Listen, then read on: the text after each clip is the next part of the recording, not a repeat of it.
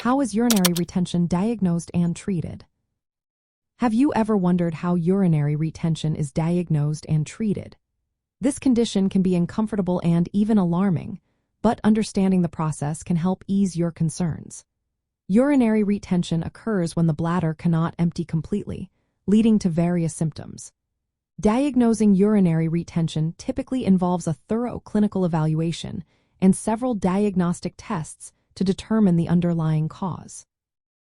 First, a healthcare provider will take a detailed medical history. They will ask about your symptoms, such as difficulty urinating, pain, urinary frequency, and any medications you are taking. A physical examination follows, where the provider may palpate the abdomen to check for bladder distension. They may also perform genital and rectal exams and assess your neurological function to identify any nerve-related issues.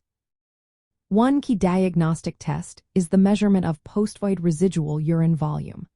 This test determines how much urine remains in the bladder after urination. It can be done non-invasively using a bladder ultrasound or through catheterization if necessary. A postvoid residual volume greater than 300 milliliters on to separate occasions over 6 months is often used to define chronic urinary retention. Additional tests may include urinalysis and urine culture to check for infections or inflammation, as well as blood tests to evaluate kidney function and prostate health. Imaging studies, such as ultrasound, can assess for hydronephrosis, which is swelling of the kidneys due to urine buildup. If there are concerns about tumors or neurological causes, a computed tomography scan or magnetic resonance imaging may be ordered.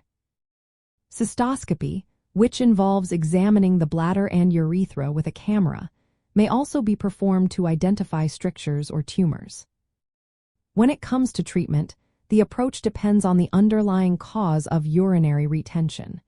In cases of acute urinary retention, immediate bladder decompression is crucial.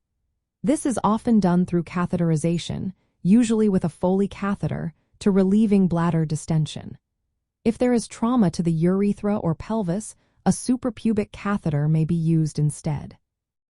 For chronic urinary retention, addressing the root causes is essential. For example, benign prostatic hyperplasia, a common condition in older men, may be treated with medications like alpha blockers to improve urine flow. If medications are ineffective, surgery might be necessary.